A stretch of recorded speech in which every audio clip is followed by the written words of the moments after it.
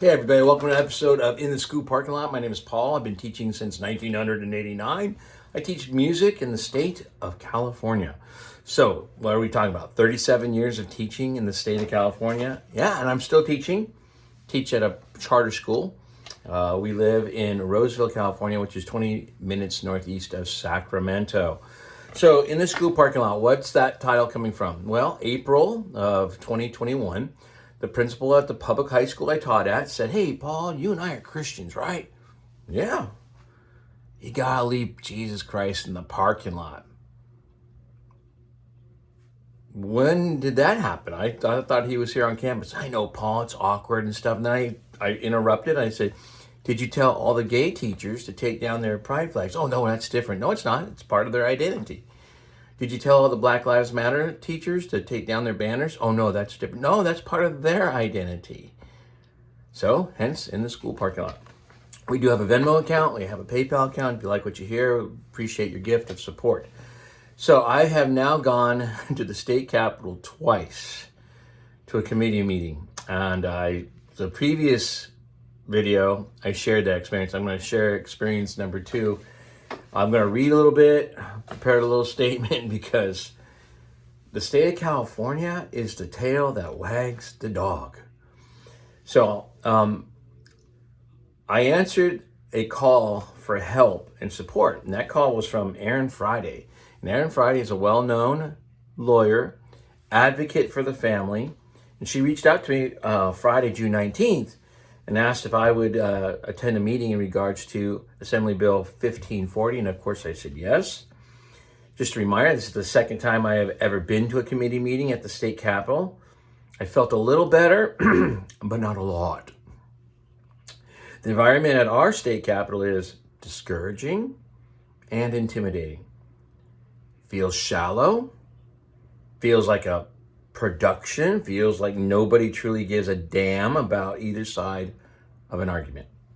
But I do not want to just be the keyboard warrior that I'm known to be. I do enjoy keyboard worrying. It's cool to share thoughts and be held responsible for sharing those thoughts on the old keyboard.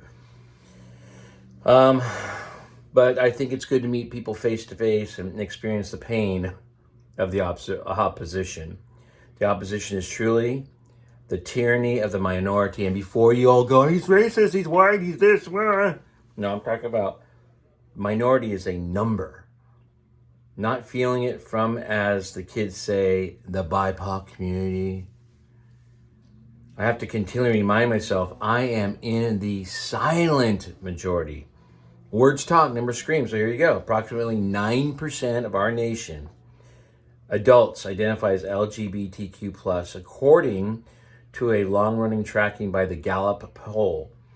This 9% rate has more than doubled since the organization first began tracking these demographics in 2012. So in 14 years, the number has doubled. Around 34 to 38% of the United States adults are non-Christians, as the most recent major surveys from 23-25. Yet, when I'm at the state capitol, it looks like, it feels like I am the minority. Again, just so you know, I'm happily married for 35 years to a woman. We have 2 children. We have 4 grandchildren. Love Jesus Christ. He's my Lord and Savior. Love our nation. So I'm one of those white men. Anyway, we're going to keep continuing. Being a school teacher since 1989, I now see the fruit from the seeds planted 30 plus years ago. Many of these people who are now representing their constituents, where I'm going to guess they're products of the public school system, better known as the government school system. They were raised to be global citizens, not United States citizens. The etiquette is lost in that building. Respect for the other side, lost.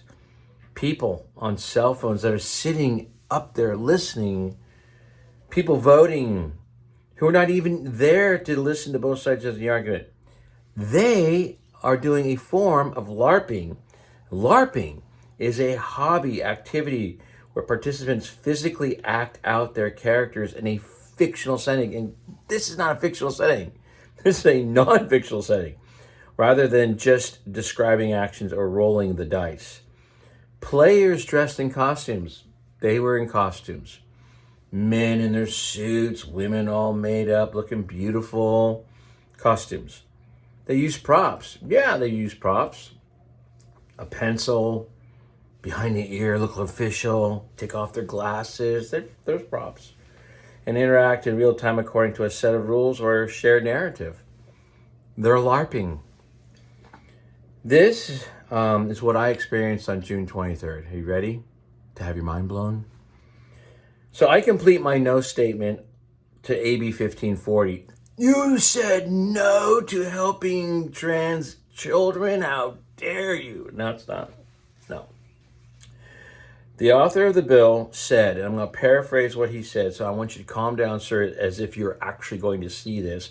And also just remind yourself, and you know this because you're part of the LARPing, it is being recorded.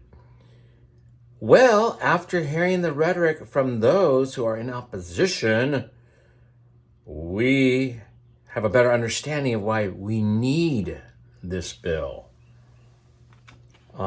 He actually used the word rhetoric after hearing the rhetoric. Are you flipping kidding me, Assemblyman? So I looked up the definition of the word rhetoric. I know what the Assemblyman meant. While traditionally celebrated as the cornerstone of effective communication and civic communication, the word rhetoric is sometimes used negatively in modern times. People may use the term to describe empty rhetoric, meaningless, insincere language designed to deceive rather than inform. Sir, what I read, I Googled, I searched, I went on a grok, I did what I needed to do to make sure that it was not empty rhetoric. Sir, I think that's projection. Assemblyman, forget the assembly person because you are a man. Assemblyman, you are shallow and hollow, sir. Everything, again, I read, I checked. Now, the statement I read included the following sentence. This author, meaning you, at the lectern next to me, this author passed AB 727 last year, which put the Trevor Project's contact number on student IDs in the state of California. So I said, I wonder how much Trevor donates to his campaign. I understand why the author hides the actual beneficiary, which is Trevor Project, of this bill. End of quote.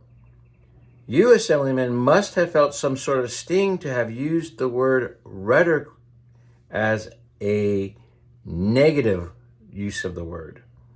Otherwise, sir, the statement I read was full of true rhetoric in the spirit of the infamous triangle. To understand or build a rhetorical argument, experts analyze how three core elements interact, a concept famously outlined by Aristotle. Those three: ethos, appeals to credibility, ethics, and the character of the speaker and the writer. Pathos, appeals to the audience's emotions, values, and imagination. Logos, appeals to logic, reason, evidence, and structure. Assemblyman, I'm going to acknowledge, as part of your supporting argument for the bill, you did meet many or much of those three core elements. For example, you had the mother of a child who committed suicide due in part to the child having an issue with her sexual identity. That was powerful rhetoric, Assemblyman. And frankly, having to follow her, extremely difficult. Kudos to you. Kudos, sir. And I want it to be clear, I support the Assembly Bill 988. I wish we had left it alone. So how I'm going to read my statement I read to the committee. I'm also going to read another statement that I have written on my own. But again, let me read this first statement. Paul Everts of Cause and Our Duty. I am a school teacher. This bill directs the California HHS to contract with an entity that can operate a hotline that specializes in LGBTQ suicide prevention. The Trevor Project is the only such organization. This bill is clearly about Trevor Project. This author passed AB 727 last year, which put the Trevor Project's contact number on all student IDs. I wonder how much Trevor donates to his campaign. I understand why the author hides the actual beneficiary of this bill. Now, this next statement I did leave out because I felt the time crunch. You only have 2 minutes. But here's the next statement that I left out. I left out the following statement. Thief of woman's luggage, self-described into bondage spanking, Sam Britton was the vice president of advocacy and government affairs for Trevor. Now that part's left out. The next part is back in. Trevor online social platform, Trevor Space, explicitly facilitates direct communication between minors and adults ages 13 to 24. But actually, there is no age limit since there is no identity or age verification process. Minors of any age can connect with men pretending to be females and even babies. One of the featured chat rooms is devoted to age regression, a known male sexual fetish related to child sexual abuse. There is a polyamorous chat room, one for furries, and of course, multiple ones for trans, and even one for chosen families. Anyone visiting the Trevor Project main page is invited to enter Trevor Space by tapping quote-unquote meet friends. Once there, the minor is encouraged to provide private contact information on its Discord server, a platform rife with sexual predators. The result is a pedophile's and trafficker's dream scenario. How does sexualizing kids prevent suicide? The author needs to answer that. How does moving this bill forward show the state of California you want to help lower kids' suicide rate? Stop telling kids they were born wrong and stop calling their parents bigots when their parents love them in their natural bodies. Please vote no. Thank you. So that's the statement I read, prepared by Cause and Our Duty. And again, I'm so grateful that they asked me to do that. And this is the statement I came up with. Chair and members, I respectfully oppose Assembly Bill 1540. Every young person experiencing a mental health crisis deserves compassionate, professional, and evidence-based support. My concern is not with helping vulnerable youth. My concern is with embedding a private advocacy organization, the Trevor Project, into California's crisis response system. The 988 system was created to provide neutral, comprehensive mental health services for all Californians. By elevating a specific outside organization within that system, Assembly Bill 1540 risks blurring the line between crisis intervention and advocacy. Californians come from many backgrounds and hold a wide range of beliefs. State-supported crisis services should remain focused on immediate safety, mental health stabilization, and connection to local care, not on promoting the perspective of any particular nonprofit organization, such as the Trevor Project. This bill also raises accountability concerns. Public crisis services should be overseen directly by state agencies and licensed mental health professionals accountable to California taxpayers. When a private organization such as the Trevor Project becomes a preferred or designated partner, citizens have less transparency into training standards, policies, and decision-making processes. In addition, California already operates a statewide 988 system intended to serve everyone. Rather than creating special pathways connected to a particular organization, we should invest in strengthening crisis services for all youth, regardless of their identity, background, or beliefs. Assembly Bill 1540 moves California toward reliance on a private advocacy group rather than maintaining a neutral, publicly accountable crisis response system. For these reasons, I respectfully urge a no vote on AB 1540. Thank you for your consideration. So that's the other statement. The statement I came up with.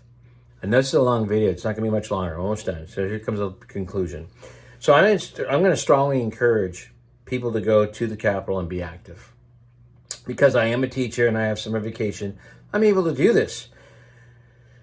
Because I am a teacher at a charter school and I am afforded the freedom and liberty not supported by public schools and the unions, I'm able to do this.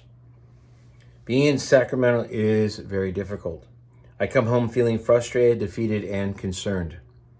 We, the government schools and the weakness of the Christian faith, meaning churches, have created this cut flower culture.